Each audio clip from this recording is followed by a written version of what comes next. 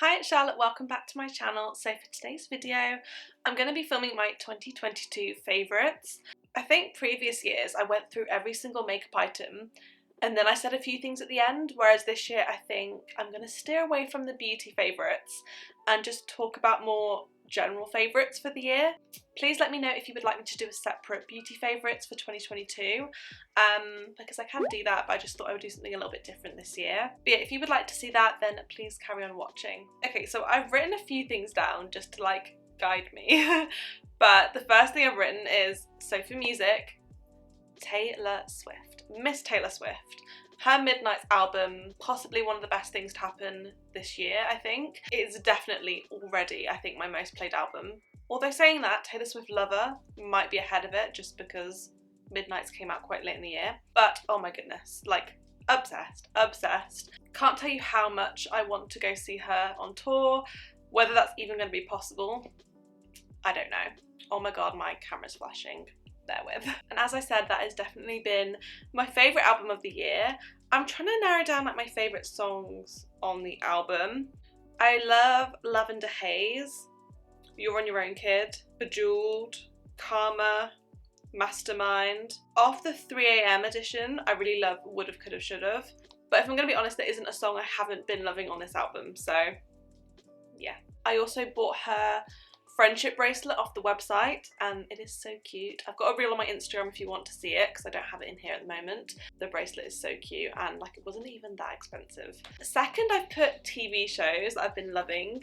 Gilmore Girls. It's hard to believe that I didn't watch Gilmore Girls before this year. Like it's really hard to believe that. I've watched it twice this year. So I watched it once in the springtime and then I watched it again in the autumn and I'm already I feel like half of my TikTok is Gilmore Girls at the moment and I'm already feeling like I want to rewatch it. I'm trying to not, but it is definitely already in like my top 5 TV shows, I think. It is just so good. I can't believe it took me so long to watch it. Another one is Desperate Housewives. So I think I'm on season 4 at the moment. I've been loving it. It's been a slow journey. There's just so many seasons. It's taking me so long to get through it, but I am really enjoying it. I find it hilarious, like the plots, the drama, it is just non-stop. I've been loving it. And lastly, Emily in Paris. I've got 1 episode left of season 3 and I can't get enough, honestly. Like the day it came out, I think I watched 7 episodes. I believe 6 or 7 episodes. And then I had to tell myself to stop. Also love. It's not like in my top 5, Emily in Paris, but I do still love it. I've also put Meeting David Tennant on this list. Who knew? I would, if like a year ago someone said you're going to meet David Tennant next year, I've been like, what? Am I? I can't believe I met him. It's just kind of given me that, I hadn't been to Comic-Con in so long and it's kind of given me that, I was going to say addiction back. I mean, I'd only gone twice before meeting David Tennant, but still, like, once you've gone and you get that experience, you just want to keep going back. It does kind of fuel your urge to go. So I feel like I'm going to be keeping my eye out for when Matt Smith maybe is next appearing at Comic-Con, because there is just nothing like it. It is just like a once in a lifetime experience and I treasure like the memories of going to Comic-Con and meeting people I look up to like just so much. So yeah, it is definitely worth it. I know some people will think like, oh, £100 for a photo, like, oh, it's not worth it, but I mean, it's up to you whether it's worth it or not. It might not be worth it to some people. If it makes your day and you're going to treasure that memory for the rest of your life, of course it's worth it. I love how like some of these are so deep, and then I've just got Ultra Mini Uggs. Uggs have made a serious comeback, and honestly, I did buy the Ultra Mini Uggs. I have been living in them for the last 2 months. Is it just a trend? I don't know, and even if it is, they keep my feet so warm, I don't think I would care. Even if they stopped being trendy, I would still wear them. Maybe I wouldn't take as many pictures of them, but I think I would still wear them. They honestly have been one of the best buys this year. Probably in my wardrobe, the best buy this year. No regrets. I've also put fragrances on here, and in particular, replica fragrances. I've already gained 2 this year. So I've got Beach Walk and Coffee Break. And when I tell you that I just want so many more from the range, usually when it comes to like a brand, I just want one perfume from the brand. But this is a brand that I just feel like you could just spray them all. Do you know what I mean? They just have so many good ones. I've been loving building up that collection. And then I've just got a few like miscellaneous brands. So White Company. I feel like I already liked the White Company before this year, but it's definitely been enhanced.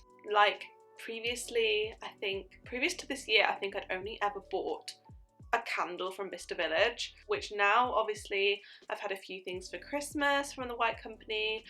I bought my cardigan investment. I say investment, it was a little bit expensive, but I bought the cardigan from there from a couple of months ago, and there's other clothing pieces I've been looking at, and I've got a few of the pyjamas on my wish list as well. I actually got a few of the pom-pom baubles for the Christmas tree. I also got the kind of like microwave heat bag for your head. So yeah, I feel like my love for the White Company has definitely grown this year. Like if someone said, what should I get you for Christmas?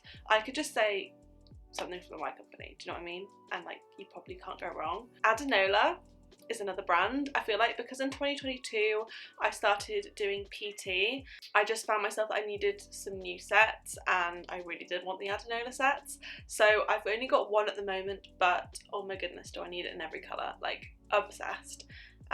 We'll see how it goes. I'm feeling like my number one resolution for 2023 is to not spend. Like, so you're probably going to see a lot less hauls this year, because like I mean it. Like it's serious this year. I can't just be spending like I did last year. That was irresponsible. I would like some more Adenola sets.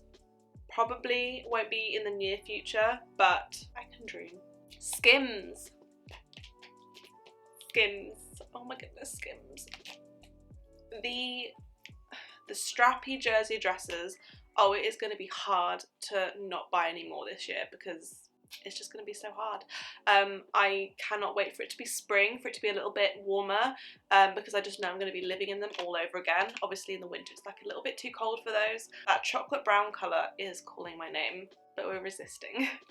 I feel like my two favourite clothing brands of the year have been Arket and Pretty Lavish, which is quite different for me. I feel like most years I would say that H&M and Zara maybe were my go-to, but this year I feel like I've more focused on quality pieces that will go with everything in my wardrobe. So rather than buying like 4 jumpers from H&M, I've bought one really nice jumper from Pretty Lavish. So yeah, I feel like those two brands have been standout for me, just for quality, for comfort. They kind of have done both for me. And jewellery wise, I have become a Monica Vinader gal.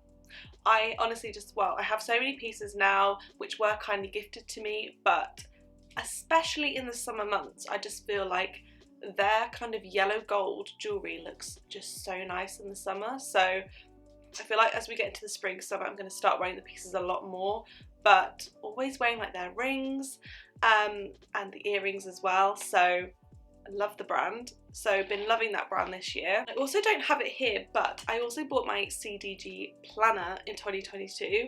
I actually need to go on and order some new inserts for next year, because I think I had the yearly inserts. So I'm actually thinking of buying the daily inserts, because the yearly inserts I really did enjoy using, but I am that kind of person who I'll fill it all in for like 4 weeks straight and then I won't use it for a month, and I'm kind of very on and off with it. So when I'm using it, I'm loving it. But if I got the daily inserts, I know that I would waste less paper.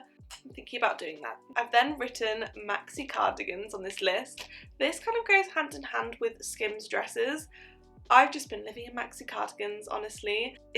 Whether it's in the autumn, and even in the winter, but just when I'm at home, I've just been loving a good old maxi cardigan, which I feel like prior to this year, I didn't really have many cardigans in my wardrobe, and I'm pretty sure at the start of the year that was like one of my things. I was saying like, I thought to myself, I need more cardigans in my wardrobe, so I've definitely managed that. Another favourite I've put was seeing Ed Sheeran for my birthday.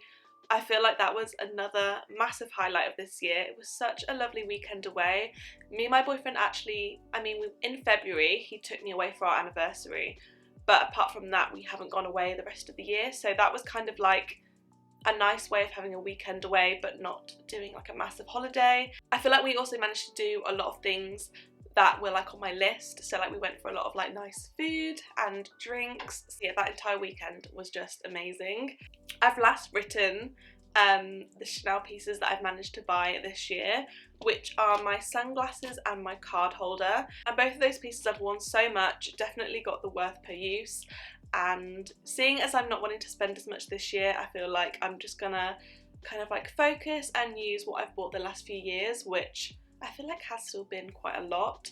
I did actually go to Bicester in December, but I didn't buy anything. I do actually have a vlog for that, which I never posted, so actually let me know if you would like me to post that Bicester vlog. It's quite a short one. I still think it would be quite a nice video to post. So yeah, apart from that, those were kind of like those were kind of like my two big purchases of the year, and yeah, I'm just really happy that I bought those. They're just absolute staples, very classic, very minimal, so they just absolutely go with everything. And then before I close this video, I know I said I would do a separate beauty favourites video if you'd like me to, but just in case I don't end up doing that, I thought I would mention kind of the standout beauty brand to me, which has been Rare Beauty. I feel like, did they launch this year?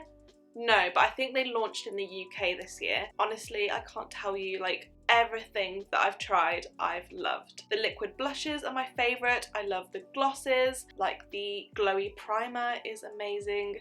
There's a few things I have yet to try, but everything that I have tried I've loved, and I just feel like, you know, a lot of people say, oh, it's a celebrity brand, it's not actually going to be that good. But as a celebrity beauty brand goes, I think Selena's done absolutely amazing. I can't wait to see what else she comes up with. I know that recently she's released a radiant concealer, which I really want to try, but I'm excited for any other products that she's going to launch, because honestly, just all of her products have been amazing and not too overpriced either. I feel like she definitely could have made her brand super expensive, but she hasn't. So there we go. Those are all of my favourites or favourite memories and experiences from 2022. I personally, I mean, I've seen a lot of, like, I feel like you get this every year, like memes or stuff going around social media saying 2022 was an awful year or scrap that year. I personally think I had a really good year.